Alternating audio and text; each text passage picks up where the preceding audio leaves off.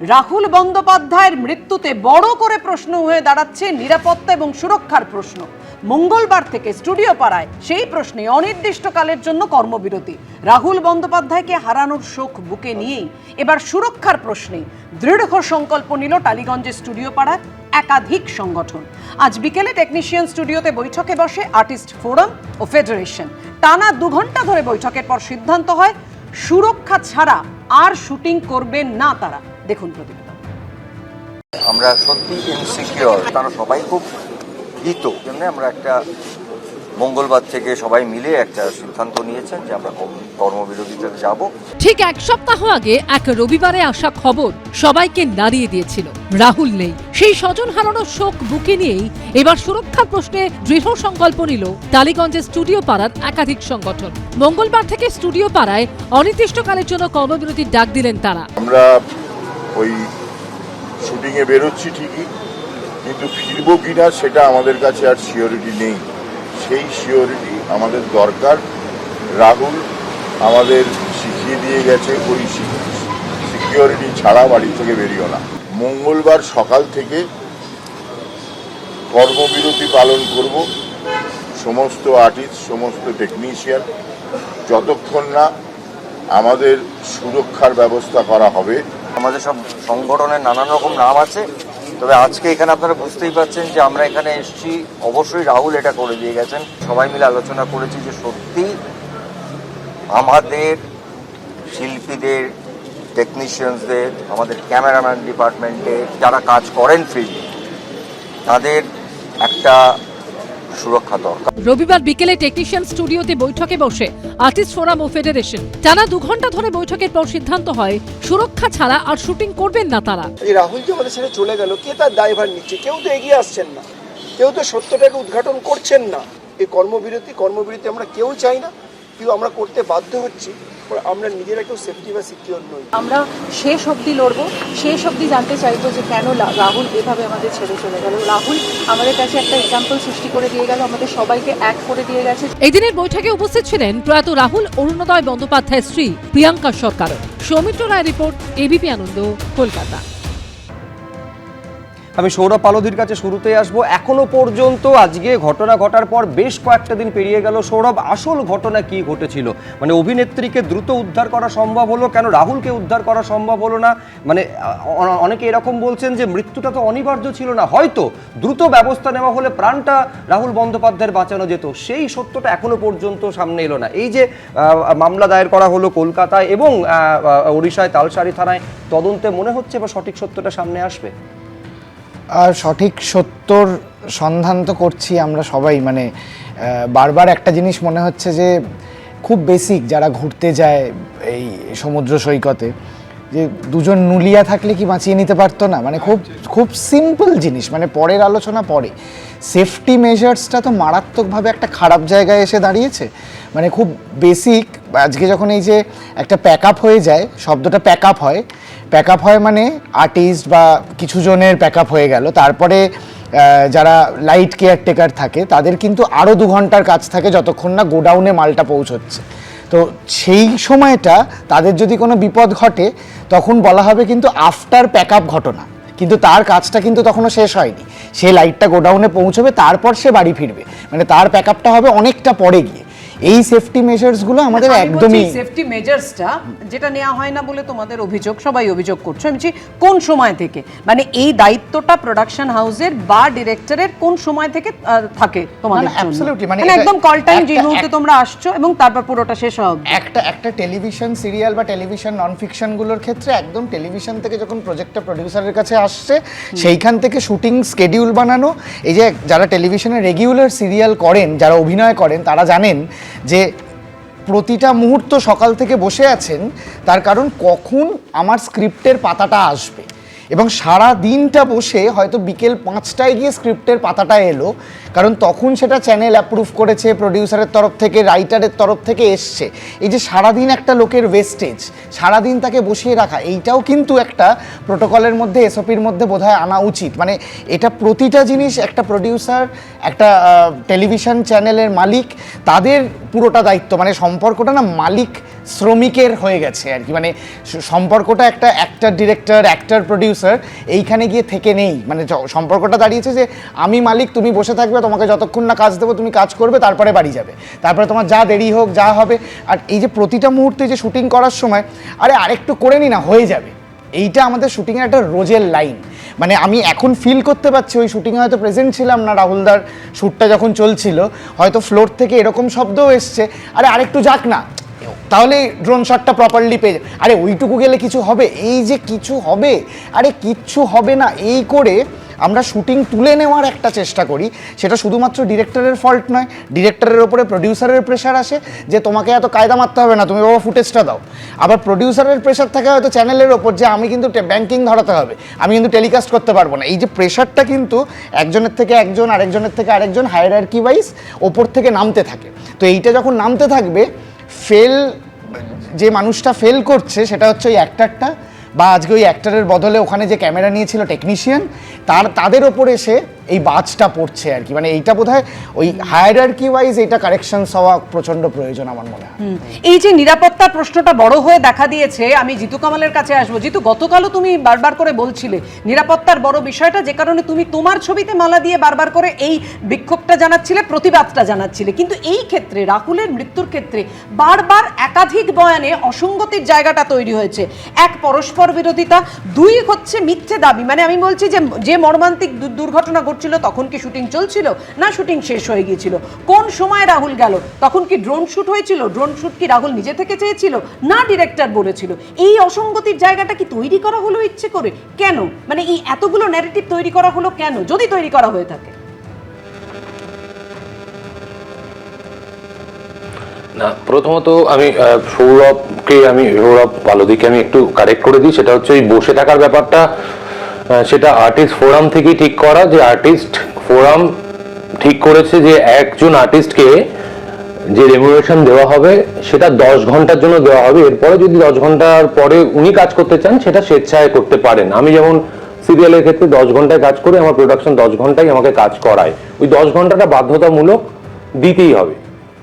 এবার আসি হচ্ছে যে এতগুলো ন্যারেটিভস, আমার কথা হচ্ছে আমি শিল্পী হিসাবে প্রথমে শিল্পীদের জিজ্ঞেস করব, যে প্রথম বলেছিল শুটিং প্যাক আপ হয়ে গেছে, রাহুলদা হাওয়া খেতে গিয়েছিল, প্রোডাকশন ম্যানেজার, তাকে কেন জিজ্ঞাসা করা হচ্ছে না এখনো পর্যন্ত, যে আপনি তাকে কেন জিজ্ঞাসা করা হচ্ছে না? মানে আমাদের শিল্পীও বলেছিল যে শিল্পীদের আমরা খুঁজে পাচ্ছি না, তাদেরকে এখনো প্যাক আপ হয়নি, সেটা অনেক আমাদের সিনিয়র শিল্পীরাও তুলেছে, তারা কোথায়? তারা তো বলবে, কিছু তো বলবে, শিল্পী হিসাবে তো শিল্পীর পাশে দাঁড়াবে, মানুষ হিসাবে তো পাশে দাঁড়াবে। আমি জানি না সেটা কেন করলেন। এবার আরেকটা কথা আমি শুনছিলাম সৌরভের মুখ থেকে, যে হ্যাঁ এটা তো বাস্তব, যে একটু এগিয়ে গেলে, একটু সমুদ্র আছে, একটু এগিয়ে গেলে শটটা ভালো লাগবে, আর একটু এগিয়ে গেলে শটটা ভালো লাগবে, এই করতে করতে কতটা এগোতে পারি, কতটা পিছোতে পারি, এইটা কিন্তু ডিরেক্টরও পরিমাপ করতে পারে না, আর্টিস্টও পরিমাপ করতে পারে না। কিন্তু যে ঘটনাটা ঘটেছে রাহুলদার ক্ষেত্রে, সেটাকে ওন করতে হবে। প্রোডাকশন হাউসকে যদি ওন যদি না করে, আজকে প্রোডাকশন হাউস যে বিবৃতি দিয়েছে, যেটা শুনেছি আমি, জানি না সেটা অফিসিয়ালি বলা ঠিক হবে কিনা, সেটা চূড়ান্ত অমানবিক।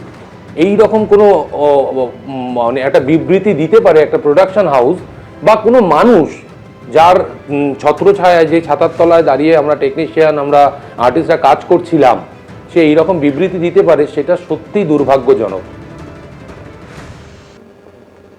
আমি এখানে অরিন্দম আচার্যের কাছে আসবো। আমি বলছি, দেখুন, একটা জায়গা ঋতু বলছিল যে একটা আরো ভালো শটের জন্য, আরো কিছুটা এগিয়ে যাওয়ার জন্য অনেক সময় অভিনেতাদের বলা হয়, কিন্তু কতদূর পর্যন্ত যেতে হবে সেটা না অভিনেতা না সেখান থেকে যিনি ইনস্ট্রাকশন দিচ্ছেন তার হাতে থাকে। কিন্তু তারপরে একটা ঘটনা ঘটে যাওয়ার পর মূল প্রশ্ন হচ্ছে দায় এড়ানোর কৌশল, এবং দায় এড়ানোর কৌশল হিসেবে পরস্পর বিরোধী বক্তব্যগুলো। এবং এইটার খেয়াল করবেন, আমি দর্শকদেরও মনে করাবো, প্রথমে বলা হলো 5 মিনিটে উদ্ধার করে নেওয়া হয়েছিল রাহুলকে। তারপর রাহুল বন্দ্যোপাধ্যায়ের যখন পিএম ইনিশিয়াল রিপোর্টটা, মানে ময়নাতদন্তের প্রথম রিপোর্টটা সামনে এলো, তখন দেখা গেল অন্তত 1 ঘন্টা ডুবেছিলেন, 1 ঘন্টা বেশি, যার জন্য তার শরীরের একাধিক অংশে নোনা জল থেকে শুরু করে বালি পর্যন্ত পাওয়া গেছিল। এই যে তদন্ত এবার থেকে শুরু হচ্ছে, এফআইআর রুজু হয়েছে, আপনার কি মনে হচ্ছে যে তদন্তের ক্ষেত্রে কোন কোন দিকগুলো পুলিশ সব থেকে বেশি গুরুত্ব দিয়ে দেখছে? সমস্ত কথা বলা হচ্ছে সমস্ত মিথ্যে, সত্য জিনিসটাকে আজকে ঢাকার জন্য এগুলো সমস্ত মিথ্যা কথা বলা হচ্ছে। আমি আপনাকে বলি, হানিমন যে ঘটনাটা নিয়ে আজকে বলা হচ্ছে, উনি বলছেন যে আজকে ঠিক করবে কোন শোতে কোন জায়গায় গেলে শুটিং ভালো হবে, কোন দর্শক কত আনন্দ পাবে, হাততালি দেবে, এভাবে হয় না। প্রিকশনারি মেজার, যেটা নিরাপত্তা, সুরক্ষা এবং সতর্কমূলক ব্যবস্থার চরম ঘাটতি ছিল। এবার আপনি প্রথম স্টার্ট করছি 30 তারিখের একজন ঘটনা যেটা বলি, যে কাট বলতে যাব সেই সময় হঠাৎই সে তার বুকে উনি আছড়ে পড়লেন, শাড়ি আটকে গেল এবং ইচ্ছাকৃতভাবে এগিয়ে গেলেন। আমরা মানা করেছিলাম। কে বলছে এটা? শুভাশিস মণ্ডল, সিরিয়াল পরিচালক, আরও ভক্ত। আরও শুনুন, যেটা নাকি আজকে প্রযোজক মিসেস লীলা গঙ্গোপাধ্যায়, তিনি বলছেন অকপটে হি ডিড এক্সিড। আপনাকে আজকে বলে দিচ্ছি, শুনুন, যে ঘটনাটা হয়েছে সেখানে এই যে আমাদের সৌরভবাবু যে কথাটা বললেন, আমি গতকালকে বলে গেছি, ওই নুলিয়া কোথায় একটা প্রিকশনারি মেজার থাকবে, একটা আজকে ব্লু প্রিন্ট তৈরি করা থাকবে, রানিং শো চলছে, ভিডিও চলছে, আজকে একটা ক্যামেরা চলছে, এভাবে চলে গেল। আমি সেদিনও বলে গেছি, পাকস্থলীতে যে জলটা নেই, বালি থাকে বিভিন্ন জায়গায়, সাইন্টিস্ট, এটা নির্ভর করে কিসে? নির্ভর করে হচ্ছে গিয়ে scientific expert opinion and medical expert opinion এবং in presence of the witnesses, circumstances evidence. আপনি আমাকে বলুন তদন্তটা কে করবে? আজকে যে থানায় 0 এফআইআর হয়েছে, দীর্ঘ জায়গায় আমরা দেখতে পাচ্ছি উলটপালট কথা বলা হচ্ছে। তদন্তটা সত্য ঘটনা করার জন্য আমি আজকে আপনাদের বলে দিচ্ছি, সেটা হচ্ছে কি great negligence, disappearance of evidence and conspiracy. এবং এইটাতে আমি সেকশনগুলো বলে দিচ্ছি, 106 বিএনএস, ভারতীয় ন্যায় সংহিতা 238 অ্যান্ড 61। আমি যদি তদন্ত ঠিক মতো করি এবং যারা নাকি আজকে গাফিলতি করেছে, আজকে তারা নাকি আজকে নেগলিজেন্স করেছে, তাদের 3 বছর নয় 5 বছর জেল হওয়া উচিত। যেভাবে আজকে স্টেটমেন্ট দিচ্ছে নীলা গঙ্গোপাধ্যায়, যেভাবে আজকে মাথা থেকে আপনি বলুন না আমাকে, এই শেষ করছি। এইটা কি আজকে একটা মৃত্যুকে নিয়ে সত্য ঘটনা উদ্ঘাটনের জন্য সবাই এগিয়ে আসা দরকার? ওর ঘাড়ে দোষ চাপাচ্ছে, ওর ঘাড়ে দোষ চাপাচ্ছে। What is this? এটা আজকে শুটিংয়ের এই জন্য হয়, এইভাবে হয় কখনো যে শুটিংয়ে আমি কিভাবে সুন্দর দৃশ্য যাব, আজকে স্রোত কখন আসবে, ভাটা যখন চলে হবে না, আজকে যখন নাকি জোয়ার আসবে আমাকে এগিয়ে যেতে হবে। বাবু, যে কথা আপনি বলছিলেন ঠিকই, সুরক্ষা নিরাপত্তার প্রশ্নটা তো সবার আগে, শুটিং হোক বা যে কোনো কর্মসংস্থায়। দেখুন, আজকে গতকাল দুপুরে প্রথমে প্রযোজনা সংস্থা ম্যাজিক মোমেন্টস মোশন পিকচার্সের বিরুদ্ধে রিজেন্ট পার্ক থানায় 0 এফআইআর দায়ের করে আর্টিস্ট ফোরাম। আর রাতে ওড়িশার তালসারি মেরিন থানায় এফআইআর দায়ের করেন প্রয়াত অভিনেতার স্ত্রী প্রিয়াঙ্কা সরকার। তালসারি মেরিন থানায় দায়ের হওয়া এফআইআরে ম্যাজিক মোমেন্টস মোশন পিকচার সংস্থার 2 ডিরেক্টর শৈবাল বন্দ্যোপাধ্যায় এবং লীনা গঙ্গোপাধ্যায় সহ 5 জনের বিরুদ্ধে অভিযোগ করা হয়েছে। দেখুন প্রতিবেদন, তারপর আসছে। অভিনেতা রাহুল বন্দ্যোপাধ্যায়ের অকাল মৃত্যুর পর কেটে গেছে একটা গোটা সপ্তাহ, কিন্তু এখনো জানা যায়নি কিভাবে এতগুলো মানুষের সামনে তলিয়ে গেলেন তিনি। কেন বাঁচানো গেল না অভিনেতাকে? এই মর্মান্তিক ঘটনায় কেন এত পরস্পর বিরোধী মন্তব্য সামনে এলো? এই প্রেক্ষাপটে শনিবার দুপুরে প্রথমে প্রযোজনা সংস্থা ম্যাজিক মোমেন্টস মোশন পিকচার্সের বিরুদ্ধে রিজেন্ট পার্ক থানায় 0 এফআইআর দায়ের করে আর্টিস্টস ফোরাম। আর রাতে ওড়িশার তালসারি মেরিন থানায় এফআইআর দায়ের করেন প্রয়াত অভিনেতার স্ত্রী প্রিয়াঙ্কা সরকার। সেই ঘটনার পিছনে একাধিক গাফিলতি ছিল, এমনটাই কিন্তু পরিবারও মনে করছে। আর তাই ঘটনার প্রায় 6 দিনের মাথায় এসে তারা কিন্তু অভিযোগ দায়ের করছেন এখানে। তালসারি মেরিন থানায় দায়ের হওয়া এফআইআরে ম্যাজিক মোমেন্টস মোশন পিকচার্সের সংস্থার 2 ডিরেক্টর শৈবাল বন্দ্যোপাধ্যায় ও লীনা গঙ্গোপাধ্যায়ের বিরুদ্ধে অভিযোগ করা হয়েছে। অভিযোগ জানানো হয়েছে ধারাবাহিক ভোলে বাবা পার করেগার director Subhashis Mondal, floor executive producer Shantanu Nandi এবং প্রোডাকশন ম্যানেজার শেখর চক্রবর্তীর বিরুদ্ধেও। Case has been registered and the case is under investigation. देखिए अभी तो केस बस दायर हुई है। অভিযোগপত্রে প্রিয়াঙ্কা সরকার লিখেছেন, প্রোডাকশন হাউস এবং তাদের কর্মী, এজেন্ট ও সহযোগীরা শুটিংয়ের জন্য ওড়িশার স্থানীয় কর্তৃপক্ষের কাছ থেকে কোনো অনুমতি নেয়নি। এমনকি শুটিং চলাকালীন প্রয়োজনীয় নিরাপত্তা বিধি প্রোটোকলও মেনে চলা হয়নি।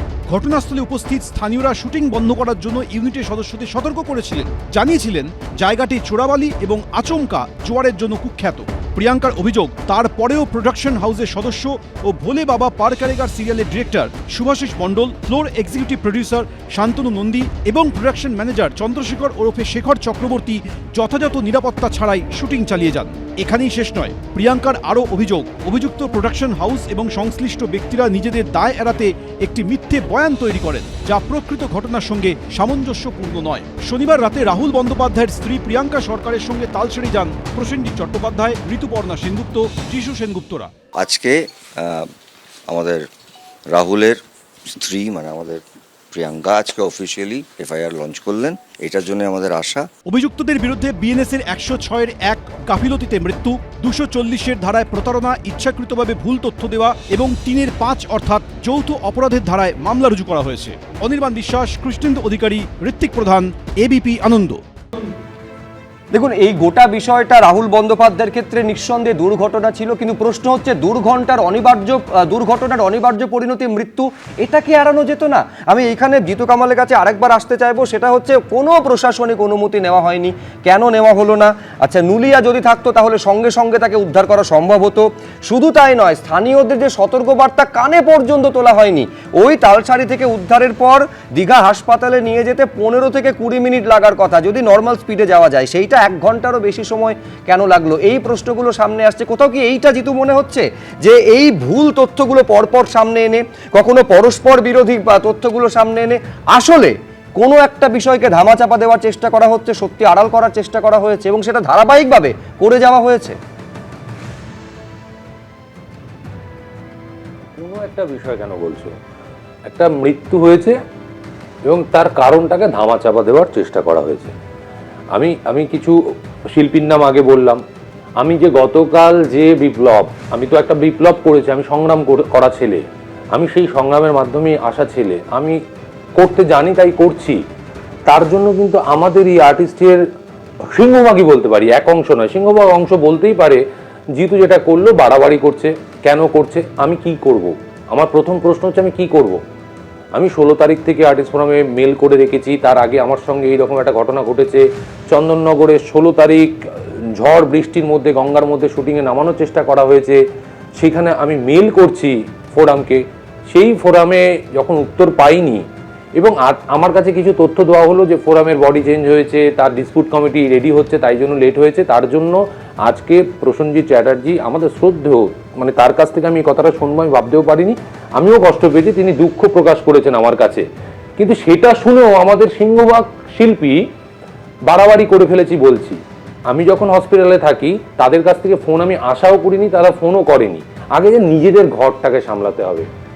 আজকেও আমি ওই মিটিং চলাকালীন বলছি নিজেদের ঘরটাকে সামলাতে হবে। আমি এই জায়গায় ঋতুপর্ণা সেনগুপ্তের কাছে আসবো। ঋতুপর্ণা, আজকে তোমাদের ঘর, মানে আমি এই কারণে বলছি যে আর্টিস্ট ফোরামের সবাই মিলে, বুম্বাদাও সেই কথা বলছিলেন সাংবাদিক বৈঠকের সময়, তুমিও বললে, আমি খেয়াল করলাম যে সবাই মিলে তোমরা আজকে যেটা গতকাল করেছো, একেবারে ম্যাজিক মোমেন্টস মোশন পিকচার্সের বিরুদ্ধে 0 এফআইআর দায়ের করেছো। কি দাবি তোমাদের, কি চাইছো তোমরা?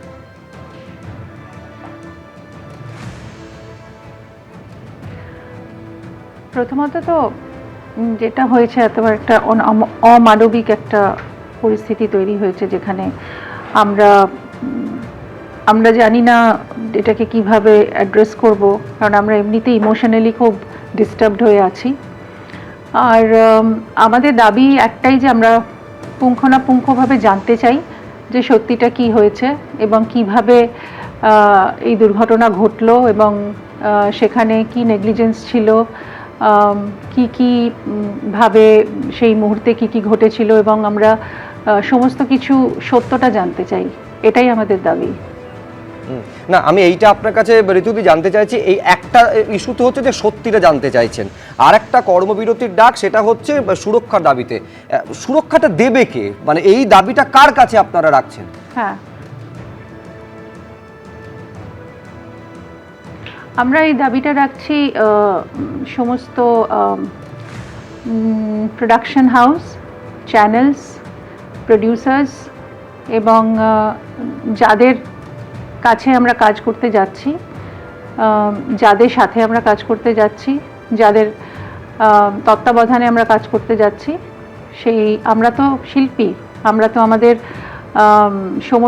সমস্ত সামর্থ্য দিয়ে আমরা শৈল্পিকভাবে নিজেদেরকে তুলে ধরি, কিন্তু শিল্পীদেরও তো একটা রক্ষা কবচ চাই। সেই শিল্পীদের রক্ষা কবচটা কারা দেবে? যাদের জন্য কাজ করছি, যাদের জন্য আমরা ইমোশনালি ইনভেস্টেড হচ্ছি, সেখানে আমাদেরও তো একটা প্রিকশনের জায়গা আমাদের ঠিক করে রাখতে হবে। আমার মনে হয় রাহুল আমাদের সবাইকে বোধহয় এই জায়গাটা চোখে আঙুল দিয়ে দেখিয়ে দিয়ে গেল যে আমাদের সেরকম কোনো নিরাপত্তা নেই, এবং ও আমাদের জন্য একটা সেফটি কল দিয়ে গেল সবাইকে নিজেকে স্যাক্রিফাইস করে, যে আমাদের সত্যি একটা সেফটি সিকিউরিটি জায়গাটা আমাদের কি, আমাদের আছে না নেই, আমরা সুরক্ষিত না অসুরক্ষিত, আমরা সত্যি নিজেরাও জানি না। তো আমাদের প্রত্যেকের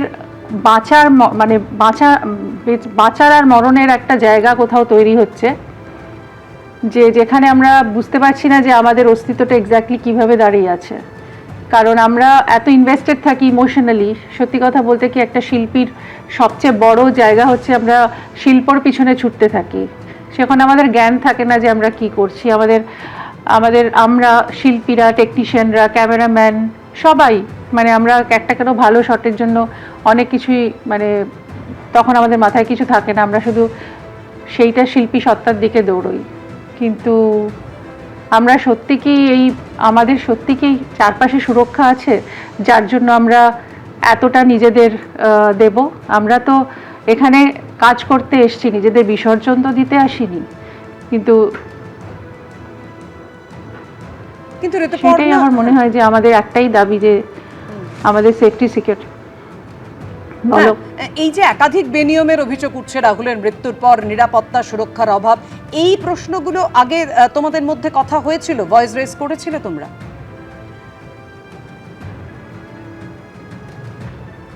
হ্যাঁ, অনেক সময় কথা হয়েছে, কিন্তু সেই ব্যাপারে সেইভাবে কোনো মানে আমাদের কোনো সেই জায়গাগুলো তৈরি হয়নি। তবে আজকে আমার মনে হয় যে মানে এমন একটা জায়গায় আমরা পৌঁছে গেছি, সেখানে এই সোচ্চারটা না হলে বোধহয় আমরা কেউই বোধহয় আর সার্ভাইভালের জায়গাটা পাবো না। না, কিন্তু এই প্রশ্নগুলো তো একদম প্রথম দিন থেকে ঋতুদি উঠেছিল, যে এক তো হচ্ছে, তো আমার মনে হয় এটা প্লিজ বলুন। হ্যাঁ বলুন, হ্যাঁ বলুন ঋতুপর্ণা। হ্যাঁ বলুন। কিছু আচ্ছা, না আমি সেই সোচ্চারটা, আমি সেটাই বলছিলাম যে আমরা একটা এমন পরিস্থিতির মধ্যে আছি, মানে আমাদের এই সোচ্চারটা আমরা সবাই মিলে মানে এই যে আমাদের প্রত্যেকের ভেতরে যে মানে এই যে যুদ্ধটা আমাদের চলছে, সেটা কিন্তু একটা খুব বড় যুদ্ধ চলছে। মানে আজকে আমরা কেউই ইমোশনালি ঠিক নেই রাহুলের এই ঘটনাটার পর, যে সত্যি আমাদের নিরাপত্তার রিংটা কতটা পরিধিতে আছে এবং আমরা কোন কিসের ভেতরে আছি, তো সেটা আমাদের কাছে খুব একটা পরিষ্কার নয়। হয়তো আমরা সেটাকে খুব একটা গভীরভাবে খতিয়ে দেখিনি এতদিন, কিন্তু সেটা আমার মনে হয় যে এই মুহূর্তে একটা খুব বড় সময় এসছে, যেখানে আমাদের একটা মুখোমুখি হওয়ার জায়গা আমরা পৌঁছে গেছি। না, কিন্তু ঋতুদি আমি মানে ধরুন সেটা শুধুমাত্র শুটিং এর ক্ষেত্রে তো বটেই, আরো বেশি করে প্রয়োজন যে কোনো কাজের ক্ষেত্রে যারা কাজ করছেন সেখানে নিরাপত্তা ব্যবস্থাটা থাকবে, এইটা প্রত্যাশিত এবং এটা মানে হওয়া বাঞ্ছনীয়। সেইটা দিনের পর দিন এই অভিযোগটা তো এখন আরো বেশি করে উঠছে যে অনিয়মটাই নিয়ম হয়ে পরিণত হয়েছে। আজকে মানে সেই জায়গায় এই ছবিগুলো কেন বারে বারে আপনার দেখতে হয়েছে? এক তো হচ্ছে সেইটা ছিল না, দ্বিতীয়ত হচ্ছে সেটা ছিল না সেই দায়টাকে এড়িয়ে যাওয়ার প্রথম থেকে অত্যন্ত সচেতন প্রয়াস লক্ষ্য করা গিয়েছে ঋতুদি। দায়ভারটা তো কেউ নিচ্ছে না, এখানে তো দায়ভারটা কেউ নিচ্ছে না, দায় ঠেলা হচ্ছে। দায়ভারের জায়গাটাই তো একটা জায়গায় ছিল, যে যেখানে দায়ভারের জায়গাটা এসে কেউ সামনে এসে বলবে যে হ্যাঁ একটা আমাদের এখানে আমরা এখানে একটা রিপ্রেজেন্ট করছি, আমরা এখানে আমরা বিদীর্ণ হয়ে যাচ্ছি, আমরা মর্মাহত, আমাদের ভেতরটা মানে আমরা ছিন্ন ভিন্ন হয়ে যাচ্ছি। মানে এইভাবে তো কেউই এসে কিছু বলেনি, কোনো কিছু কথাই, মানে বিভিন্ন ইন্টারপ্রিটেশন আসছে চারিদিক থেকে। তো সেটা কি করে আমরা কি করে মেনে নেব? সেটা তো আমরা মানতে পারবো না।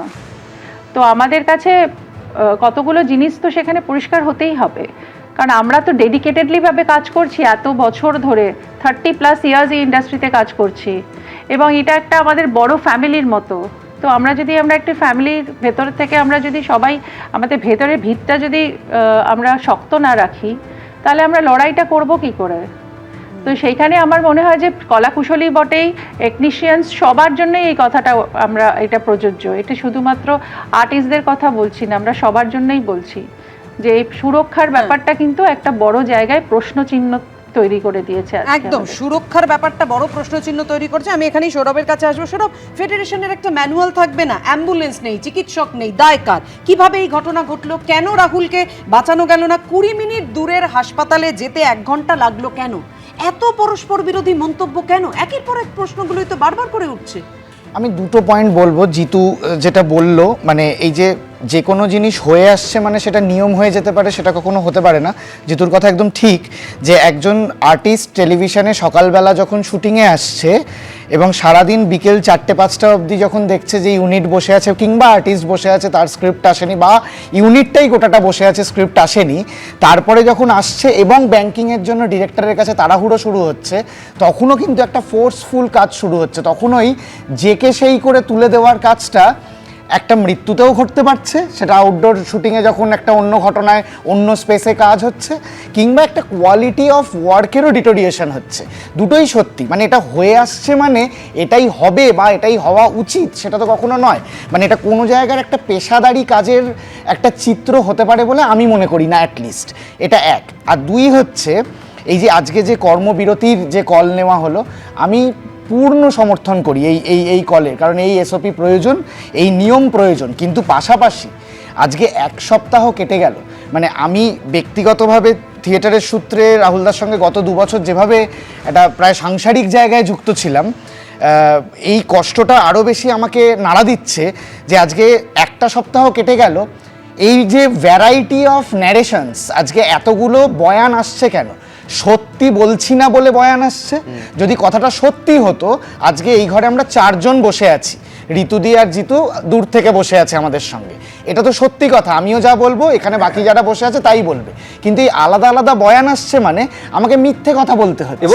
কিন্তু আমি জাস্ট একটা লাইন বলি, যে এই মিথ্যে কথা বলার জন্য এই প্রশ্নটা আসছে না। আজকে কর্মবিরতি হলো, ঠিক আছে, কোনো সমস্যা নেই, এসওপি তৈরি হবে, কিন্তু এইটা কি আমরা সবাই মিলে যখন এক জায়গায় হওয়া গেল, একটা গোটাই টেকনিশিয়ান, আর্টিস্ট পরিবার এক জায়গায় হওয়া গেল, এই কলটা নেওয়া যাচ্ছে না যে এই হাউস নানান ন্যারেটিভ দিয়েছে, তাদেরকে আপাতত ব্যান করা হোক, তাদেরকে আপাতত বয়কট করা হোক, এই কথাটা বলা যাচ্ছে না কেন? এটা আমার কাছে খুব ছোট্ট প্রশ্ন, এই যে আমার তো মানে এইটাই আনফরচুনেট, একটা সুরক্ষার মতন বেসিক জিনিসের জন্য যেহেতু তোমাদের রাস্তায় নামতে হচ্ছে, মানে আলটিমেটলি এইটাতে তোমাদের সুরক্ষা সুনিশ্চিত করা, এবং দ্বিতীয়ত হচ্ছে প্রকৃত সত্য উদ্ঘাটন রাহুল বন্দ্যোপাধ্যায়ের মৃত্যুর সামনে আসবে বলে মনে হচ্ছে।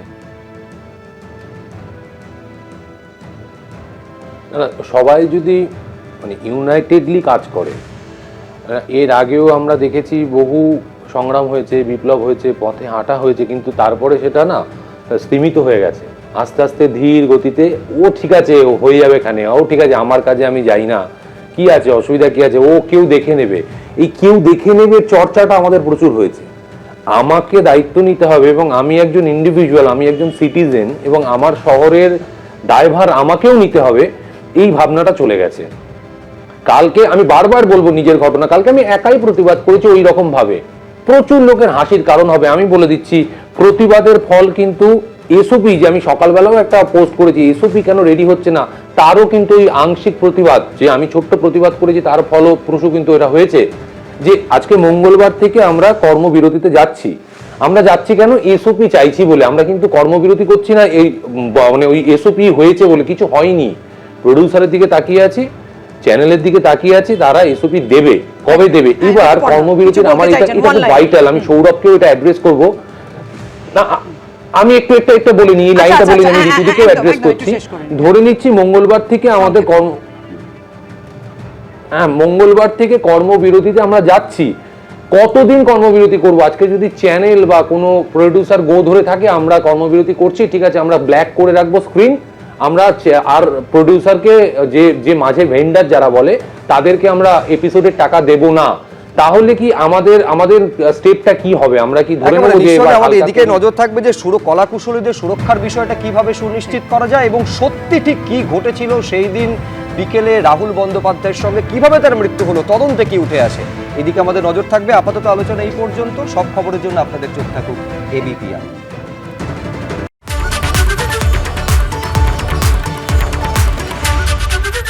এবিপি আনন্দ, এগিয়ে থাকে, এগিয়ে রাখি।